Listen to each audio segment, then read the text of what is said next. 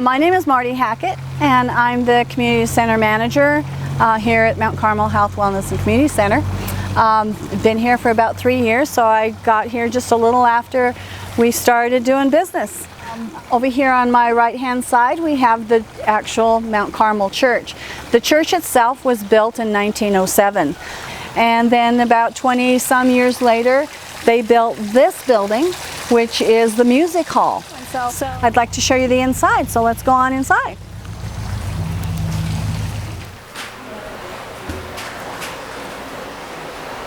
One of the things that you'll notice throughout the building is a reference to mining. Mr. Chimino wanted to keep the mining thought forefront, as that's what this building and this church actually served originally. Let's go into the chapel first. This is probably one of my favorite places. Our mission is to serve the needs of the community, so kind of to fill in the gaps that we have here. So healthcare was obviously a need that we needed to fulfill. Another area that we needed to fulfill was probably a place to hold events. We didn't have a lot of venues where we could hold different events. One of the things, our motto, I guess you could say, is serving mind, body, and spirit. We can take care of your physical needs in our healthcare facility. We can fulfill behavioral health needs through Spanish Peaks. We can serve your spiritual needs through our chapel. We have wellness programs that serve the needs of assisting with maintaining your health and your wellness. So kind of have all three together. So when we want to invite people to our community, we want to be able to offer them the best of healthcare or the best in education. And so that's what we're trying to do. We're trying to be the best of what we can offer our residents of Trinidad. My name is Danielle Kolakowski. I'm Administrative Officer and Wellness Director for Mount Carmel. And this room we're in right now is considered our garden room, and it's utilized for a number of community activities or events that we put on here as well. So it's space that's rentable or space that we utilize. And then I'll take you out through these doors and we'll see the garden. The most satisfying part of my job is that I get to work in a rural community.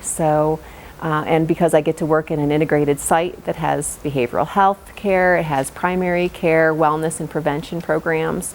So I just have the ability, every day is different, I have the ability to work with our local community and provide them a number of different healthcare services. I'm Heather White. I'm the Integrated Healthcare Director for Spanish Peaks Behavioral Health, incorporated with Mount Carmel. And we'll take a tour of Spanish Peaks Behavioral Health. Come on in.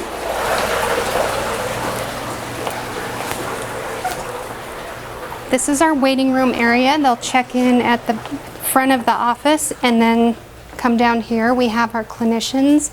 We also have our integrated healthcare coordinator in this area.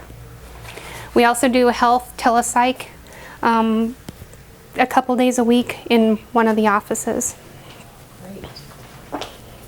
So I have a care coordinator that's embedded within the clinic.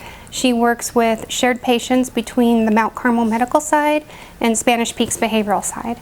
So we help patients navigate the system, get right care, right time, right place. In the rural setting, she's the rural expert on any type of resources we have. That tends to be one of the biggest barriers that we have in the rural area is our resources. Transportation, especially, as well as any type of specialists other than strictly medical. I help my clients find the resources that they need to keep them healthy, to help them with any issues they're having with housing, food, clothing, school. If they're trying to find work, I can help. I can give them the referrals where they need to go to find things like that, prescription help. I've lived in this community all my life, so I know just about everybody here, so they're comfortable with me.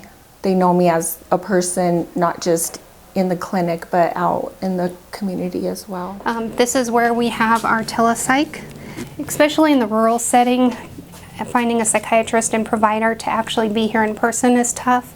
The most satisfying is when we see people get to a better baseline of healthcare because they're connected to the right resources. Getting to the specialists, getting in with the primary care when they need to, doing preventative care, being able to go to medical and behavioral within the same building, potentially at the same time. If they're having a crisis in medical, walk down to behavioral and work with a clinician. It's satisfying in seeing that all of that can be pulled together, and our clients can really benefit from that. Healthcare isn't as big a challenge in the urban areas. You know, it's clearly shown by the enormous profits that the larger hospital facilities operate with. Here in rural Colorado, we operate on almost a slim to none margin. So we make do with very little. We have challenges recruiting and retaining physicians. It's an ongoing challenge. I think that we have a provider base here in our clinic. It rotates anywhere between 2 and 4 healthcare providers, and this year alone we've gone through 4 providers. So there's constant turnover and constant challenges with recruiting. This population here is undereducated, it's underserved, and it's forgotten about by the people in the state and everywhere else. City would. A clinic like this in Denver or the Springs, even Pueblo, could probably charge twice of what they're doing for patients here and make it easily. But these patients here can't afford that sort of a care.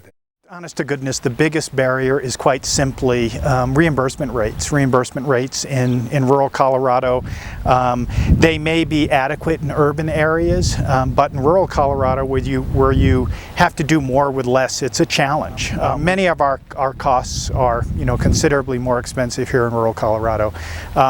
We don't have the volume, so we don't get volume discounts that they might get in the more urbanized areas. So our biggest challenge is day-to-day keeping our doors open and serving our customers. This community is dying and it is failing. I mean, it's obvious. And it seems like the state again. Why put something into it if it's failing? Well, because you have people who live here and who are not going to leave here. They believe in this place and they want to stay here. They have generations here. So let's put something here.